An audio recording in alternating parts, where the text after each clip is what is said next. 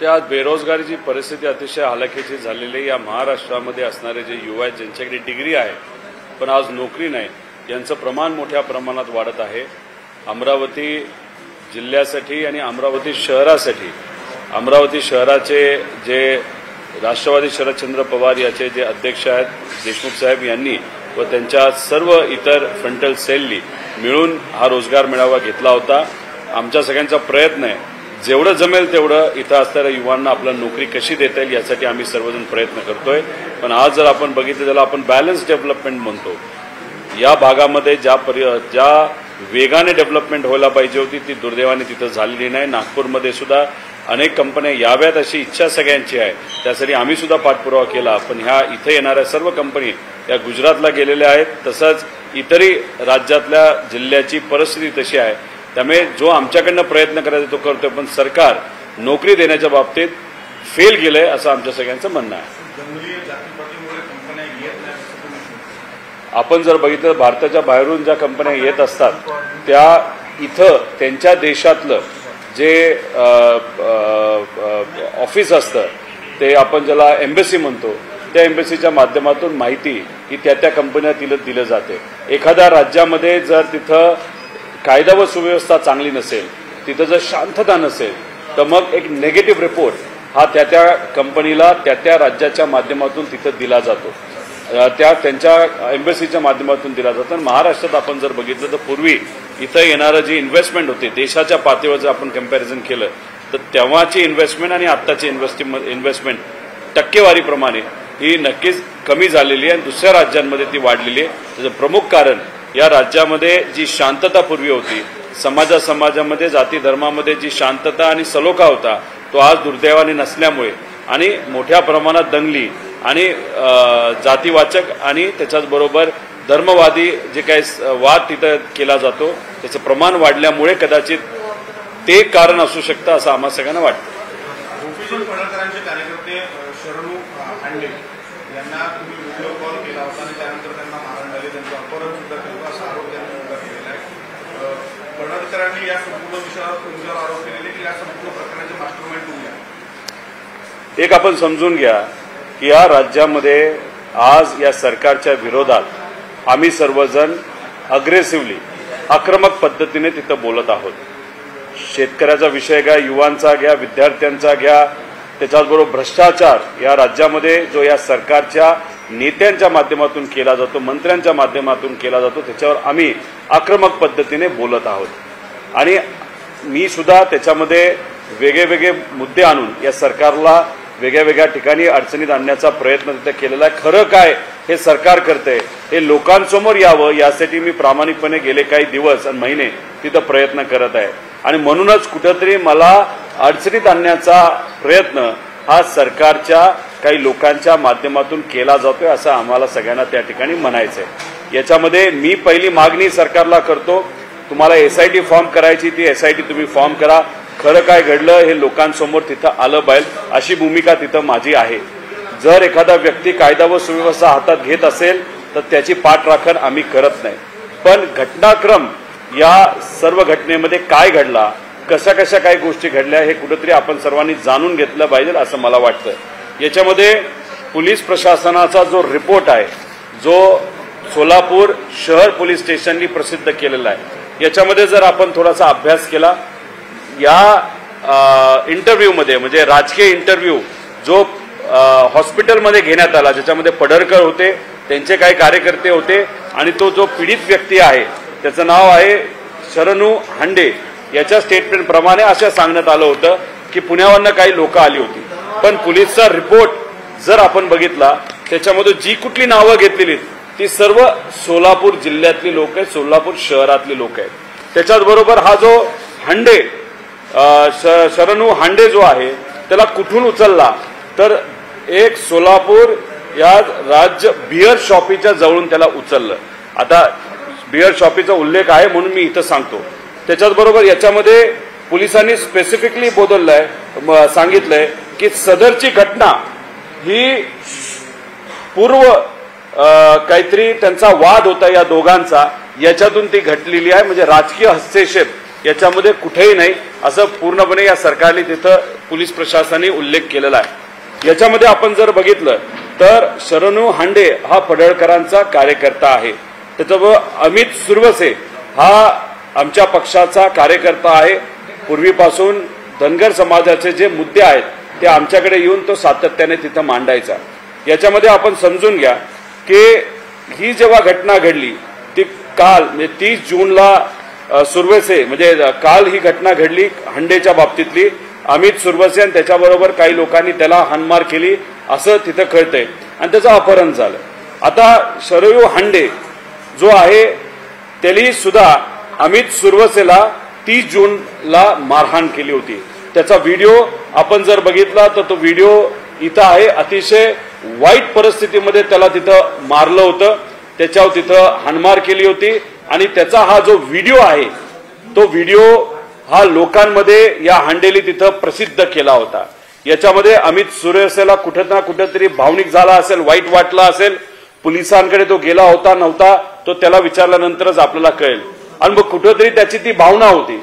हांडे आणि सुरवसे हे मित्र आहेत, एकामेकाला ते फार पूर्वीपासून ओळखतात, पण मग राजकीय दृष्टिकोनातून आणि व्यक्तिगत विषयातून त्यांच्या बाचाबाची अनेक वेळा तिथं झालेली आहे। त्यामुळे अमित सुरवसेला 30 जून रोजी फार भयानक पद्धतीने तिथं मारलं होतं। त्याचे व्हिडिओ हे प्रसिद्ध केले होते, त्याला फार खालच्या लेवलला जाऊन त्या ठिकाणी बोललं गेलं होतं आणि त्याच्यात तो मनातून दुखावला होता। आता आमच्या सगळ्यांचं म्हणणं असं आहे की जर अमित सुरवसे कालच्या प्रकरणामध्ये जबाबदार असेल तर त्याच्यावर कारवाई व्हावी, पण त्याच्यावर कलम टाकत असताना तुम्ही कलम कुठले टाकताय हे सुद्धा पोलिसांनी सांगितलं गेलं पाहिजे। आणि 30 जूनला अमित सुरवसेला त्या धनगर कार्यकर्त्याला ज्या पद्धतीने मारलं गेलं तर मग आता व्हिडिओ अख्ख्या लोकांसमोर तो आलेला आहे। मग पोलीस प्रशासन अमित वर जी कारवाई तिथं करत आहात तशीच कारवाई हांडेंवर सुद्धा तुम्ही करणार आहात का असा प्रश्न तिथं आम्ही सर्वजण करतो। आता याच्यामध्ये आपण जर बघितलं तर काल जेव्हा ही घटना घडली होती आणि आज तिथं पडळकर जे गेले होते, पडळकरांबरोबर काही लोक होती, त्याच्यामध्ये आपण बघितलं तर शरणू हांडेच्या कानात एक माऊली माऊली काय तुझं नाव आहे हळणवर असा कार्यकर्ता त्या शरणू हांडे याच्या कानामध्ये काय बोलतो याचा फोटो, याचा पूर्णपणे व्हिडिओ आहे। तो कानात जे काय बोललात त्याच्यानंतर अचानक लगेचच या हांडेली माझं नाव तिथं घेतलं। आता हा जो व्यक्ती आहे जो माऊली हवळणर आहे हा भाजपचा एक कार्यकर्ता आहे, तो किसान सेलचा भाजपचा पदाधिकारी आहे आणि ते किसानासाठी आणि शेतकऱ्यासाठी काय केलं हे तिथल्या लोकांना तुम्ही विचारा, पण तो कशासाठी प्रसिद्ध आहे हे सुद्धा तुम्ही सर्वांनी जाणून घेतलं पाहिजे। वाळूच्या प्रकरणामध्ये त्याच्यावर गुन्हे बरंच काय आहे। आता अशा पद्धतीने तुम्ही कानात काहीतरी सांगता आणि मग लगेचच तो हांडे माझं नाव घेतो, मग याच्या मागे मुद्दामून मला फ्रेम करण्याचा प्रयत्न हा सरकारच्या या कार्यकर्ते आणि पदाधिकाऱ्यांच्या आणि भाजपच्या पदाधिकाऱ्यांच्या आणि नेत्यांच्या आणि आमदाराच्या माध्यमातून केला जातो का असं आमच्या सगळ्यांचं त्या ठिकाणी म्हणणं आहे। आता हा माऊली जो हळवणर आहे तो आजच सकाळी हा जे काय त्यांचं नाव पडळकर यांच्या गाडीमध्ये पंढरपूरच्या आसपास तो पडळकरच्या गाडीमध्ये त्या ठिकाणी तो बसला। आता हवळणर जो आहे आता त्याचं नाव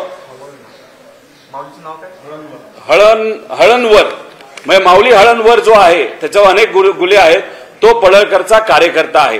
आणि मग आज सकाळी पडळकरांच्या गाडीत बसल्यानंतर एक रणनीती ठरली होती की आता या विषयामध्ये रोहित पवारांना आपल्याला कुठं ते अडकवता येईल आणि मग ही रणनीती जी गाडीत तिथं ठरली त्यानंतर आपण जर बघितलं तर या माऊलीने कानामध्ये हांडेच्या कानामध्ये जे सांगितलं आणि त्यानंतर अचानक हांडेली तिथं माझं नाव घेतलं।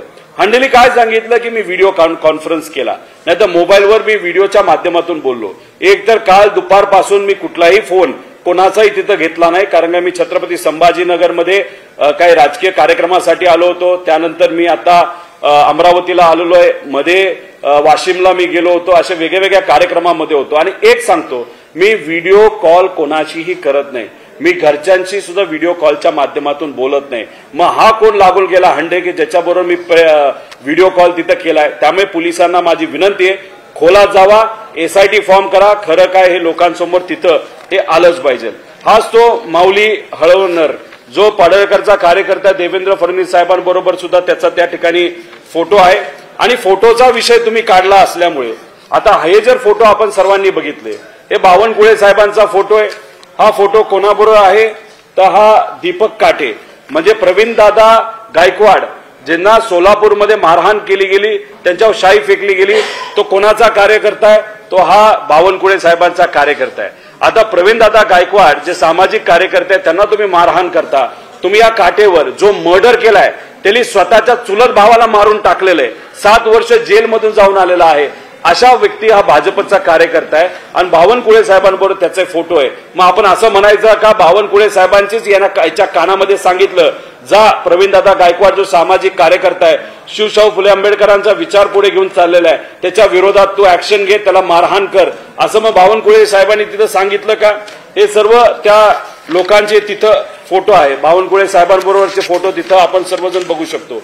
आता निलेश गायकवाड राम शिंदे सरांबरोबर हा फोटो आहे, हा जामखेडचा आहे. निलेश गायकवाड कोण आहे तर मोकोका लागलेला एक व्यक्ती आहे. धाराशिव जिल्ह्यामध्ये आज जर आपण बघितलं तर तिथे अनेक ज्या सोलारच्या कंपनीला हा माणूस तिथं धमक्या देतो. आता राम शिंदे सरांच्या प्रचारामध्ये हा व्यक्ती तिथं होता. अजितदादांचा लोकसभेचा सुद्धा जो प्रचार होता त्याच्यामध्ये हा व्यक्ती तिथं होता. मकोका आहे आणि पुणे सीपींनी याच्यावर तिथं कारवाई केली, तिची परेड सुद्धा काढली होती. मग राम शिंदेनी त्याच्या कानात सांगितलंय का हे गुन्हेगार? मग हा फोटो त्याच्याबरोबर असेल तर मग हे कोण आहेत? त्याच्याच बरोबर हा जो फोटो आहे, हा फोटो जो सेशन मध्ये जो काही मारापिटी झाली होती त्याच्यामध्ये या व्यक्तीला म्हणजे हा आहे पडळकरचा कार्यकर्ता, हा अधिवेशनामध्ये त्याला तिथं आणलं गेलं आणि पडळकरच्या माध्यमातून तिथे असणाऱ्या एका देशमुख नावाच्या कार्यकर्त्यावर मारहाण याच व्यक्तीने केली. या व्यक्तीवर वाळूचे गुन्हे आहेत, बरेच काही गंभीर गुन्हे आहेत. अशा व्यक्तीला पडळकर जर अधिवेशनामध्ये आणू शकतो, ते टकले नावाचा हा माणूस आहे, तिथं जर मारहाण करू शकतो, म्हणजे जिथं कायदे बनवले जातात तिथंच कायदा मोडला जातो. अशा गुंडांना पडळकर जर तिथं बोलवत असेल आणि तिथं हाणमार करत असेल तर याच्यावरनं तुम्ही समजून घ्या की हे रणनीती आखण्यासाठी पडळकर काय लेवलला गेलेले आहेत, किती पुढे गेलेले आहेत. त्यामुळे ह्या सगळ्या गोष्टी आणि त्याच्यात जो देशमुख आमचा कार्यकर्ता आहे तेव्हा वेगळ्या प्रकारची कारवाई केली जाते. या टकलेला तसंच सोडून दिलं जातं आणि हा टकले जेव्हा गावी जातो तेव्हा त्याचा हार तुरे आणि ढोल ताशा करून त्याचा सत्कार तिथं केला जातो. याच्यावरनं तुम्ही काय संदेश त्या ठिकाणी दिला आहात? आता आमची सगळ्यांची मागणी आहे की अधिवेशनामध्ये असताना पडळकरांवर अनेक लोकांनी त्या ठिकाणी वेगवेगळ्या प्रकारचे त्यांनी पडळकरांनी गुन्हे केलेत असं आम्हाला तिथं सांगितलं. त्यात एक पडळकर नावाची गरीब महिला आहे, ज्यांनी असं सांगितलं की पडळकरच्या काही कार्यकर्त्यांनी त्यांची जमीन हडपली. त्यामुळे अशा पद्धतीने आमच्यावर तुम्ही जर कारवाई करत असाल, त्या ठिकाणी तुम्ही जर आम्हाला अडकवण्याचा प्रयत्न करत असाल, हंडेच्या कानामध्ये जाऊन रोहित पवारचं नाव घ्या असं तुम्ही तिथं सांगत असाल तर आम्ही कोणाला काही घाबरत नाही. तुम्ही जी काय SIT करायची ती तुम्ही करा. बघा आता इथं हा व्हिडिओ आहे ज्याच्यामध्ये माऊली आता त्या हंडेच्या कानामध्ये काहीतरी सांगतो. म्हणजे हे जे काय चालू आहे ना, कुठं ना कुठं तरी सरकारच्या माध्यमातून आम्ही जे काही सरकारच्या विरोधात बोलतोय, आमचा आवाज दाबण्याचा प्रयत्न त्या ठिकाणी केला जातोय. आम्ही कोणालाही घाबरत नाही. जी काही कारवाई करायची ती तुम्ही करा, पण ती कारवाई करत असताना जे काय खरं आहे ते लोकांसमोर तिथं आलं पाहिजे. आणि हा जो सुरवसे नावाचा कार्यकर्ता आहे त्याच्यावर जे कलम लावले ते एवढे कडक कलम तुम्ही लावले असतील तर मग सुरवेसेला जी मारहाण झाली होती त्या मारहाणीच्या बाबतीत हंडेवर सुद्धा तुम्ही ती कारवाई करणार आहात का? आज या राज्यामध्ये संतोष देशमुख प्रकरण घ्या, महादेव मुंडेचं प्रकरण घ्या, 2-2 वर्ष झालं तिथं कुठेही कारवाई केली जात नाही, न्याय मिळत नाही. आणि मग अशा पद्धतीने जर कायदा व सुव्यवस्थेची परिस्थिती या महाराष्ट्रामध्ये असेल आणि आम्ही फक्त महाराष्ट्राच्या बाजूने या सरकारच्या विरोधात तिथं बोलत असेल आणि आम्हाला या सेटअपमध्ये अडकवण्याचा जर प्रयत्न सत्तेतले काही लोक करत असतील तर हे हास्यास्पद आहे. आम्ही कोणालाही घाबरत नाही. ईडीला घाबरलो नसेल तर आम्ही या थोडी पडळकरच्या कार्यकर्त्यांना, पडळकरच्या या रणनीतीला आणि या राजकीय खेळीला आम्ही थोडीच घाबरणार आहोत. हे स्पष्टपणे या ठिकाणी आम्ही सर्वजण भूमिका घेत आहोत. या राज्यात गुंडागर्दीला खतपाणी रोहित पवार जातात असं सदाभाऊ खोतांनी या संपूर्ण प्रकारावर अहो सदाभाऊ खोत, खरं काय तर लोकांना सांगा. तुम्ही स्वतःच बोलला होता की शेतकऱ्याचं प्रतिनिधित्व करत असताना आम्ही दुधात पाणी घालायचो, आम्ही फसवणूक करायचो, आम्ही दिखावा करायचो आणि रस्त्यावर आंदोलन करायचो. जो शेतकऱ्याचा झाला नाही शेतकरी नेता म्हणून, तो लोकांचा थोडी त्या ठिकाणी होणार आहे. त्यामुळे तुम्ही क्लेम करत असताना, एखादी भूमिका घेत असताना, खोकले आरोप करत असताना पुरावा जर तुमच्याकडे असेल तर तो पुरावा त्या ठिकाणी तुम्ही द्या. आम्ही तर अनेक पुरावे तुम्हाला दिलेले आहेत की जेव्हा लोकसभेचं इलेक्शन होतं तेव्हा गुंड लोक हे भाजपचा प्रचार करताना, अजितदादाच्या पक्षाचा प्रचार करताना, त्याच्याचबरोबर एकनाथ शिंदे साहेबांना कोण कोण गुंड तिथं भेटलं होतं, त्याच्याचबरोबर देवेंद्र फडणवीस साहेबांना कोण भेटलं होतं, राम शिंदे सरांना कोण भेटलं होतं, हे सगळे पुरावे आम्ही तिथं दिलेले आहेत. त्यामुळे गुंडागर्दीला कोण खतपाणी देते हे लोकांनी त्या ठिकाणी बघितलेलं आहे. त्यामुळे तुमच्या जो चॉकलेट बॉय दुसरा मित्र आहे पडळकर, याला फक्त पाठिंबा देण्यासाठी उगाच काहीतरी स्टेटमेंट द्यायचं म्हणून जर हे स्टेटमेंट खोत भाऊ देत असाल तर लोकांनी उघड्या डोळ्याने बघितलंय तुम्ही शेतकऱ्याची कशी फसवणूक त्या ठिकाणी केलेली आहे. विश्वविद्यालय आता तुम्ही चालवताय, पवार साहेबांनंतर भ्रष्टाचाराने गुन्हेगारीचं असं होत नाही. खोत नाराज आहेत, त्यांच्या डोक्यावर थोडासा परिणाम झालेला आहे. त्यांना अपेक्षा होती त्यांना मंत्रिपद मिळेल, पण त्यांनाही मंत्रिपद मिळालं नाही. आणि चॉकलेट बॉयचे दुसरे त्यांचे सदस्य आहेत पडळकर, यांनाही तिथं कुठेही मंत्रिपद मिळालं नाही, म्हणून त्यांच्या डोक्यावर परिणाम झालेला आहे. भ्रष्टाचाराच्या बाबतीत उलट सगळ्यात जास्त मी बोलतोय. शक्ती मार्ग जो केला जातोय, जो कदाचित खोतांच्या जवळूनच तिथं जात आहे, तिथं जाऊन जरा शेतकऱ्यांशी तुम्ही बोला.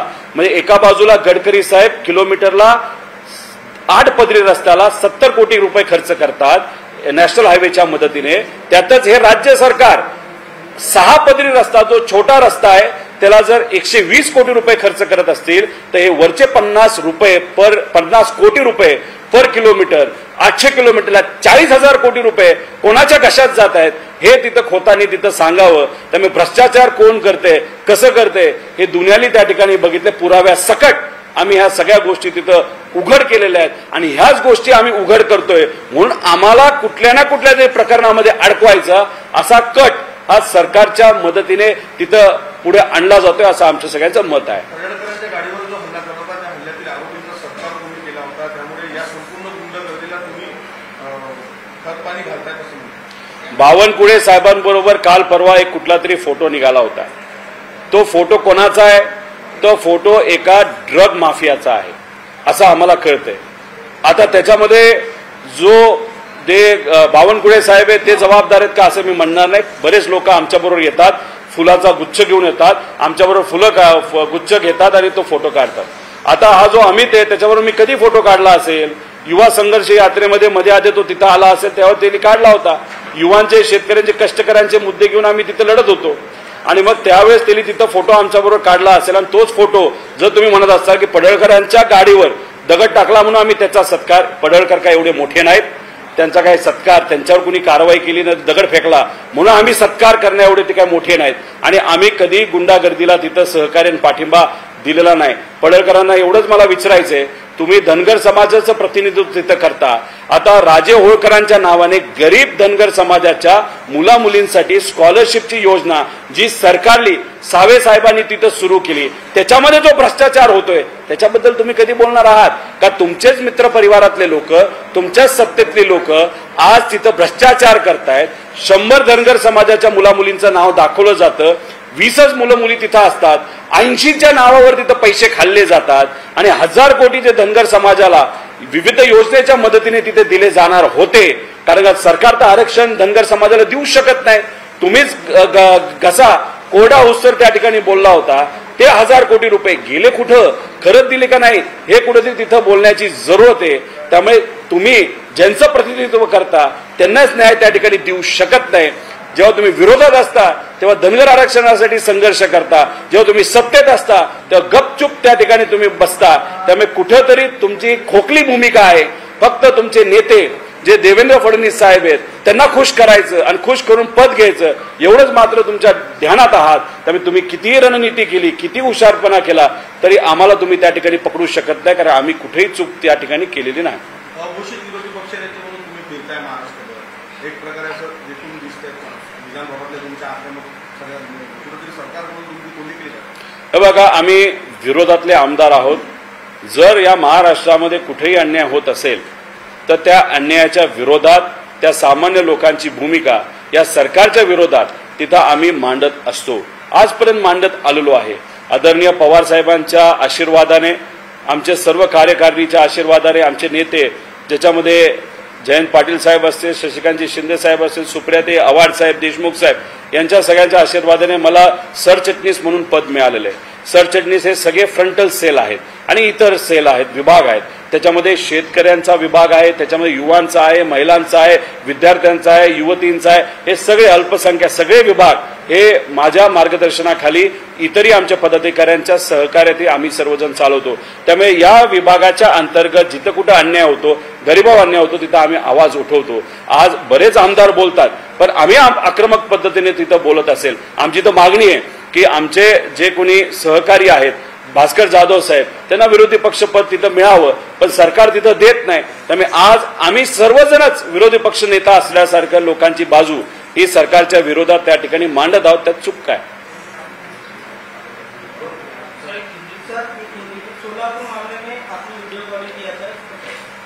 एक तो वीडियो कॉलिंग मैंने कभी किसी को किया नहीं. मैं मेरे घर परिवार के लोगों को के साथ भी वीडियो कॉल पे वहां पे बात नहीं करता. कल किसी का भी मुझे फोन वहां पे नहीं आया था. और ये जो प्रकरण है हंडे को वहां पे मारहान की गई थी, वो सुरवसे नाम के एक व्यक्ति ने की थी. मैंने सुबह ही स्पष्ट किया है कि कोई भी व्यक्ति अगर न्याय व्यवस्था को हाथ में ले रहा है तो उसके ऊपर एक्शन होनी ही चाहिए. लेकिन 2 महीने 3 महीने पहले सुरवसे ये जो धनगर समाज का कार्यकर्ता है, उसको हंडे ये जो पडळकर का कार्यकर्ता उसने भी बहुत मारा था और उसका वीडियो वहां पे प्रसिद्ध किया था.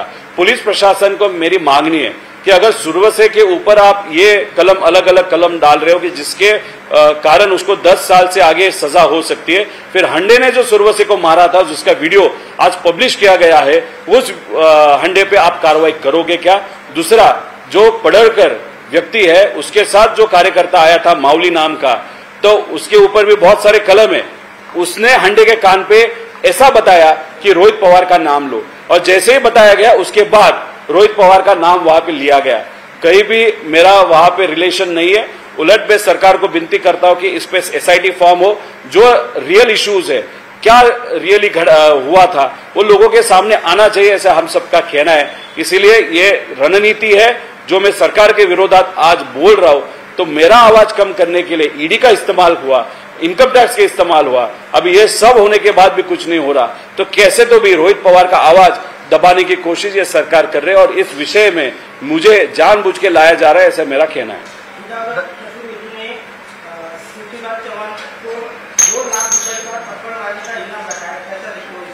कौन है ये चतुर्वेदी? चतुर्वेदी कौन है? कोई भी आके जाके सिर्फ न्यूज होने के लिए स्टेटमेंट देगा, कुछ 2 लाख दूंगा, 3 लाख दूंगा, ऐसा अगर वो बोलेगा तो ये बहुत गलत चीज है. नहीं तो वो जो पब्लिसिटी मिलने के लिए ये लोग जो करते हैं उस पर हम कमेंट करें, ये ज्यादा इम्पोर्टंट मुझे नहीं लगता. मंत्रिमंडळात घेण्यात येईल. 31,000 कोटी रुपये 31,000 कोटी रुपये हे शेतकऱ्याचे तिथं थकीत आहेत. शेतकरी आज अडचणीत असल्यामुळे त्याला तेवढे पैसे देता येत नाही. दुसऱ्या बाजूला जे शक्ती मार्ग आहे त्यात तुम्ही 30-40,000 कोटीचा भ्रष्टाचार तिथं करता, पण मात्र आमच्या शेतकऱ्याला तुम्हाला पैसे देण्यासाठी पैसा नाही, आमच्या लाडक्या बहिणीला पैसा देण्यासाठी पैसा नाही. आणि याच्यामध्ये आपण जर बघितलं तर जेव्हा इलेक्शनचा काळ होता तेव्हा तुम्ही शब्द दिला होता. देवेंद्र फडणवीस साहेबांनी सांगितलं कोरा कोरा कोरा. मग तुम्ही 2029 पर्यंत थांबणार आहे का इलेक्शनच्या आधी कोरा करायचं असेल तर आत्ता तुम्ही करा. त्यामुळेच तुम्हाला शेतकऱ्यांनी निवडून दिलेलं आहे. त्याच्याबरोबर तुमचे जे काही जो इलेक्शनचा जे जाहीरनामा होता त्याच्यामध्ये सुद्धा तुम्ही तिथं बोलला होता की कर्जमाफी करू. त्यामुळे सरकारने सामान्य लोकांना फसवलंय. त्यात महिलांना फसवलंय, युवांना फसवलंय, शेतकऱ्याला फसवलंय, कष्टकऱ्यांना फसवलंय, मध्यम वर्गाला फसवलेलं आहे आणि ईव्हीएमच्या माध्यमातून सुद्धा फसवलेलं आहे. त्यामुळे ह्या सरकारने फसून हे सरकार सत्तेत आलेलं आहे. म्हणून त्या सरकारच्या विरोधात आम्ही सर्वजण भूमिका घेतो. धनंजय मुंडेंना संतोष देशमुख हत्या प्रकरणामध्ये धनंजय मुंडे यांचा कोणताही हात नाही. त्यामुळे हे प्रकरण शांत झाल्यानंतर त्यांना परत मंत्रिमंडळात संधी दिली असं राष्ट्रवादी कोर्टाचं बोललं जात आहे. तुम्हाला काय कमबॅक होऊ शकतो असं कोण म्हणलंय? राष्ट्रवादी कोर्टात सूत्रांची माहिती. हे बघा, सूत्र कोण हे आधी सांगा. उगाच कुणीतरी काहीतरी बोलतंय आणि त्याच्यावर आपण बोलतोय. हे बघा, संतोष देशमुखची जी हत्या झाली होती त्याच्यानंतर आपण जर बघितलं तर जो महादेव मुंडे आहेत त्यांची हत्या झाली होती. असे अनेक प्रकरणं आहेत त्या भागामध्ये. तिथं कुणी हत्या केली तो वाल्मिक कराड या व्यक्तीने तिथं हत्या केली. त्याला वरदास्त कोणाचा होता? सत्तेतल्या अनेक लोकांचा होता. आणि जेव्हा सरकारला हे कळलं आणि आम्ही सर्वांनी तिथं असणाऱ्या सामान्य लोकांनी ही मागणी केली की धनंजय मुंडेचा एकदम खासम खास हा वाल्मिक कराड आहे आणि म्हणून त्यांना पदावर राहण्याचा कुठेही अधिकार नाही, तर पदाचा वापर करून कुठं ना कुठंतरी त्याच्यामध्ये वाल्मिक कराडला वाचवण्याचा प्रयत्न तिथं केला जाईल. तिथली जनभावना आहे. लोकांनी तो विषय हातामध्ये घेतला आणि मग सरकारला तिथं ऍक्शन घ्यावी लागली. त्यामुळे लोकांचं म्हणणं आहे की याच्या मागे कुणी ना कुणीतरी अजून मोठं हे लपलेलं आहे. जोपर्यंत लोक संतुष्ट होत नाहीत, लोकांना क्लॅरिटी येत नाही, तोपर्यंत सरकारने कितीही डोक्यात आणलं तरी धनंजय मुंडेंना तिथं संधी देता येणार नाही. आता महादेव मुंडेचा सुद्धा विषय हा अतिशय महत्वाचा आणि महत्वपूर्ण आहे. त्यामुळे याच्यामध्ये या गरीब लोकांना जोपर्यंत न्याय मिळत नाही, या परिवाराला न्याय मिळत नाही, तोपर्यंत धनंजय मुंडेंना संधी दिली जाईल असं मला तरी वाटत नाही. आमचं उलट मागणी अशी आहे की ज्या लोकांचा भ्रष्टाचार आम्ही पुढे आणलेला आहे आणि पदाचा गैरवापर करून स्पॉन्सरशिप घेणारे जे लोक आहेत अशा लोकांवर सुद्धा ही कारवाई झाली पाहिजे आणि त्यांना सुद्धा त्या पदावर राहण्याचा कुठेही अधिकार नाही असं आमच्या सगळ्यांचं मत आहे. रोहित पवार आणि विजय वडेट्टीवारांच्या आरोपांचं दुकान आहे. रॅपिडोनं स्पॉन्सरशिप दिली म्हणजे शासनाला विकत घेतला नाही असं उत्तर द्यायचं प्रताप सरनाईकांनी. प्रताप सरनाईकांना मला विचारायचं आहे की 3 महिन्यापूर्वी तुम्ही रॅपिडोच्या विरोधात कारवाई केली होती का नव्हती हे स्पष्टपणे तुम्ही सांगावं. तो व्हिडिओ जगाली बघितलेला आहे. तुम्ही ऑर्डर केलं, रॅपिडोची टॅक्सी मोटरसायकल टॅक्सी तिथं आली, तुम्ही तिथं झाप त्याला झापलं, मी परवानगीच दिली नाही, मी मंत्री आहे असं तुम्ही तिथं सांगता. म्हणजे पब्लिक डोमेनवर मीडिया समोर तुम्ही त्या रॅपिडोच्या ड्रायव्हरला तिथं त्या वाहन चालकाला तिथं तुम्ही झापता. म्हणजे रॅपिडोला तुम्ही संदेश देता बघ मी काय करू शकतो. आणि लगेच 3 महिन्यानंतर तुम्ही परिवहन मंत्री आहात. तुम्ही दुसऱ्या एखाद्या पदाचा नाही तर दुसऱ्या विषयाचे मंत्री असला असता तर आम्ही कदाचित काही प्रमाणात समजू शकलो. परिवहन मंत्री हे त्याच कंपनीकडनं, रॅपिडो कंपनीकडनं त्यांच्या व्यक्तिगत एखाद्या प्रोग्रामला जर स्पॉन्सरशिप घेत असतील, सरळ उघडा आहे की तुम्ही पदाचा वापर दमदाटी करण्यासाठी केला आणि तो दमदाटी केल्यानंतर त्या कंपनीने तुम्हाला तिथं तुमच्या त्या व्यक्तिगत कार्यक्रमाला स्पॉन्सरशिप दिली. म्हणजे तुम्ही तुमच्या पदाचा वापर हा कशासाठी केला तर स्पॉन्सरशिप घेण्यासाठी केला. मग पद हे कशाचं आहे तर हे सरकारचं पद आहे, हे लोकांनी दिलेलं पद आहे, हे संविधानिक पद आहे. संविधानिक पदाचा ऑफिसचा वापर हा व्यक्तिगत हितासाठी तुम्ही मंत्री म्हणून करत असाल तर त्याला भ्रष्टाचारच आपण म्हणतो. म्हणून तुम्हाला सांगतो, तुम्हाला विनंती करतो, याच्या आधी फक्त स्टेटमेंट दिल्यामुळे अजितदादांनी राजीनामा दिलाय, तिथं आबांनी राजीनामा दिलाय, विलासराव देशमुख साहेबांनी राजीनामा दिलाय. हे उदाहरण हे आपण सर्वांनी बघितलं कारण त्यांच्यामध्ये नैतिकता होती. तुमच्यामध्ये जर नैतिकता असेल तर तुम्हाला राजीनामा हा द्यावाच लागेल. आणि अजून एक गोष्ट या महाराष्ट्रामध्ये आपण बघितली तर कुठेतरी रॅपिडोकडनं आता तुम्ही स्पॉन्सरशिप घेतली म्हणून रिक्षा चालक, टॅक्सी चालक या लोकांमध्ये आता भीती निर्माण झालेली आहे की आता तुम्ही स्पॉन्सरशिप घेतली मग उद्या जाऊन रॅपिडोच्या मोटरसायकलच्या टॅक्स्या तुम्ही सुरू कराल, त्याच्यामध्ये रिक्षा आणि टॅक्सी आणि त्याच्याचबरोबर ओला उबर ह्या सगळे तिथं असणारे लोक अडचणीत येऊ शकतात. त्यांचे सुद्धा ज्या काही संघटना आहेत त्यांनी सुद्धा सरनाईकांच्या विरोधात आंदोलन सुरू केलं अशी चर्चा तिथं आहे. त्यामुळे आज पदाचा वापर करून तुम्ही स्पॉन्सरशिप घेतली आणि उद्या जाऊन स्पॉन्सरशिप घेतली म्हणून या रॅपिडो कंपनीला तुम्ही त्यांच्या मोटरसायकल रिक्षा सुरू कराल अशी भीती आता लोकांना तिथं वाटते. त्यामुळे पूर्णपणे पदाचा वापर केलाय. आणि सरनाईक साहेब आम्ही कधीही विदाऊट पुरावे त्या ठिकाणी बोलत नाही. आजपर्यंत जे काय बोललो ते पुरावे सकट बोललेलो आहे. जर तुम्ही त्या ठिकाणी बोलत असाल तर तिथं सरळ तुम्ही पुरावे सकट बोलला तर त्याला प्रतिउत्तर देण्यासाठी आम्ही तयार आहोत. पुण्याच्या दौऱ्यावर होते. सकाळी त्यांनी स्टेटमेंट दिले की पुणे जिल्ह्यामध्ये 3 महानगरपालिका आम्ही स्थापन करणार आहोत. जर याच्यात तुम्ही आडवं आलं तर ती हायवे करणार नाही. दादा करत असतील तर चांगली गोष्ट आहे. पण याच्या आधी सुद्धा आपण जर बघितलं की आज या सरकारमध्ये फक्त एका नेत्याने निर्णय घेतला आणि विषय संपतो असं नाही. त्याच्यात काही दिवसांपूर्वी एकनाथ शिंदे साहेबांनी एका अधिकाऱ्याचं नाव हे मुंबई महानगरपालिकेवर पुढं केलं. तसंच देवेंद्र फडणवीस साहेबांनी एक नाव त्याच पदासाठी वेगळं पुढं केलं. त्यामुळे पुण्यामध्ये दादांना खूप काय करायचं असं जाणवते दादांकडे बघितल्यानंतर.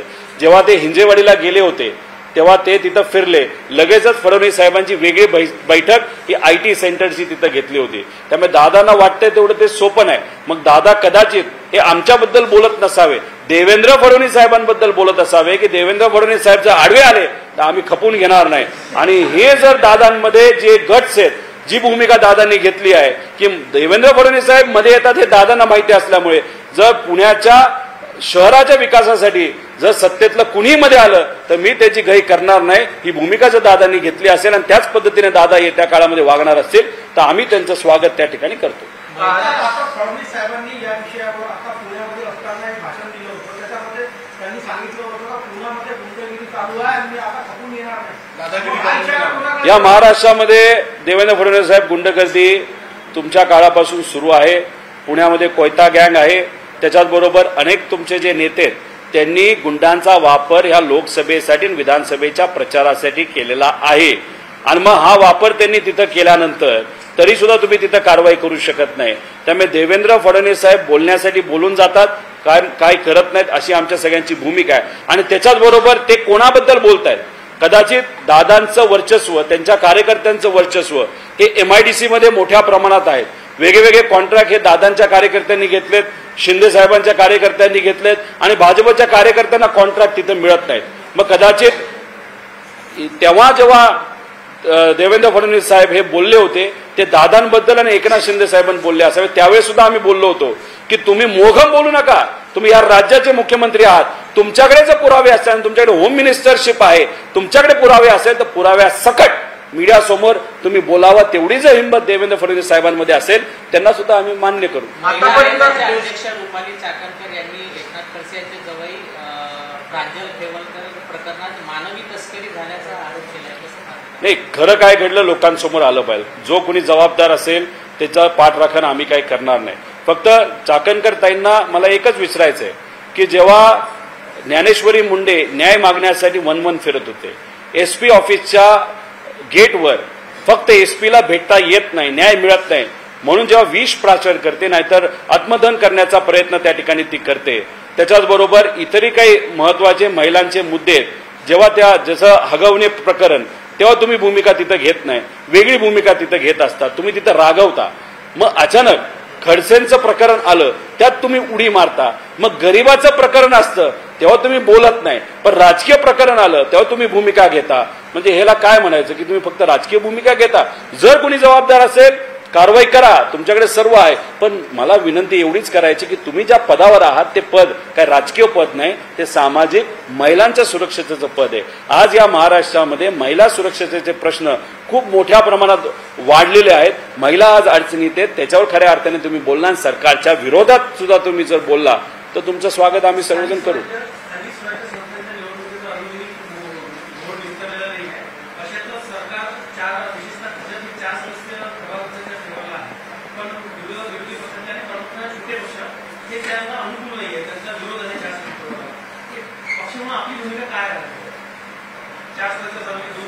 मी जेव्हा लोकांना भेटतो तेव्हा शहरामध्ये असणारे जे सर्व नागरिक आहेत त्यांचं म्हणणं असतं की वॉर्ड सिस्टम जर असेल तर आम्हाला थोडंसं सोपं पडतं.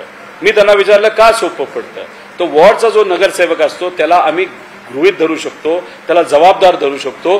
बघ तिथं पाणी येत नाही, तिथं गटर तुंबलंय वगैरे. पण जेव्हा प्रभाग केला जातो तेव्हा रचना मोठी होते आणि मोठी झाल्यानंतर एखाद्या व्यक्तीला जबाबदार पकडणं हे थोडंसं अवघड होतं. तेव्हा एखादा विषय त्याला विचारला की तो कोणावरती ढकलून मोकळं होतो.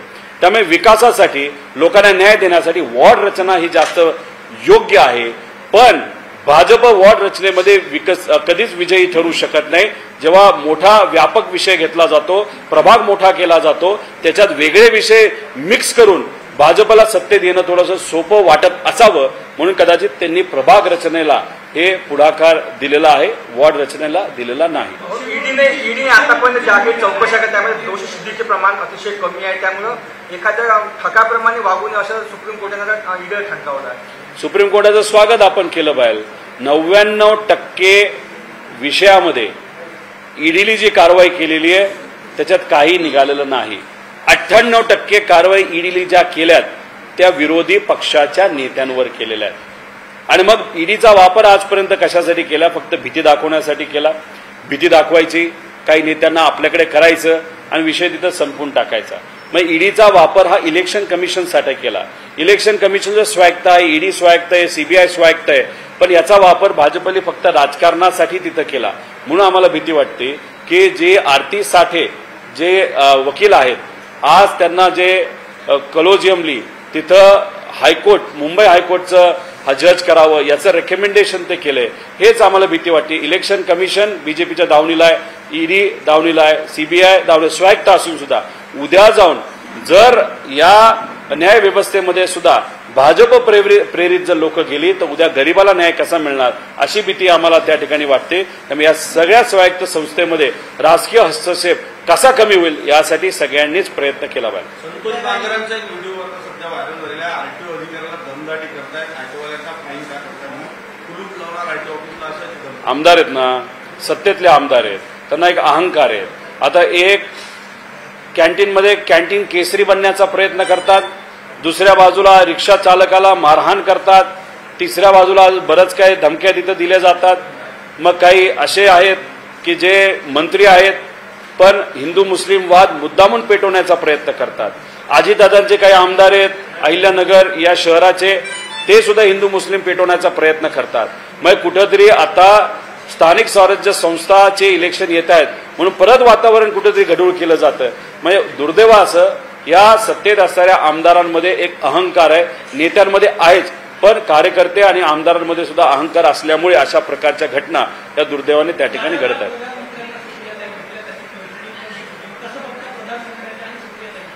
पैठणी गिफ्ट केली म्हणजे जे कामगार आहेत, मजूर आहेत, त्यांना कुठेतरी न्याय दिला पाहिजे अशी भूमिका सुप्रियाताईंनी तिथं व्यक्त केली असावी. पैठणी ही महाराष्ट्राचा एक स्वाभिमान आहे. म्हणजे महाराष्ट्रातल्या असलेले गरीब कुटुंबातल्या सामान्य परिवारातल्या महिला या पैठणी घालतात. त्यामुळे महिलांवर आज जे अत्याचार महाराष्ट्रामध्ये होत आहेत त्याचं एक प्रतिनिधित्व म्हणून कदाचित पैठणी तिथं दिली असावी. आणि मग पंतप्रधान म्हणून एखाद्या खासदार जर त्यांना जाऊन तिथं भेटत असतील, तिथं एखादी महाराष्ट्राच्या बाबतीतली चर्चा करत असेल तर त्या गोष्टीचं स्वागतच आपण सर्वांनी केलं पाहिजे असं मला वाटतं. दादा, हे हास्यास्पद नाही का की विधानसभेमध्ये कोकाटे चांगले रमी खेळतात म्हणून त्यांना खेळमंत्री करून टाकलं? लोकांमध्ये ही चर्चा आहे. खेळामध्ये आणि खास करून पत्त्याच्या खेळामध्ये ते चांगले असल्यामुळे कदाचित त्यांना तिथं खेळ मंत्री केलेलं आहे. दुर्दैव असं की ते युवा मंत्रालयाचे सुद्धा मंत्री झालेले आहेत आणि आता नवीन युवा धोरण बनवलं जाते, त्याचे अध्यक्ष कोण असतात तर मंत्री असतात. आता जी व्यक्ती अधिवेशनात रम्मी खेळते, पत्ते खेळते, ते जर युवा धोरणाचे अध्यक्ष बनणार असतील तर या राज्याच्या युवांचं भवितव्य कसं असणार आहे याचा अंदाज त्या ठिकाणी आपल्याला येतो. त्यामुळे युवा धोरण बनवण्याच्या समितीमध्ये अजून व्यापक बनून काही चांगले लोक त्याच्यामध्ये घेता येतील का, हे सरकारने त्या बाबतीतला विचार करावा.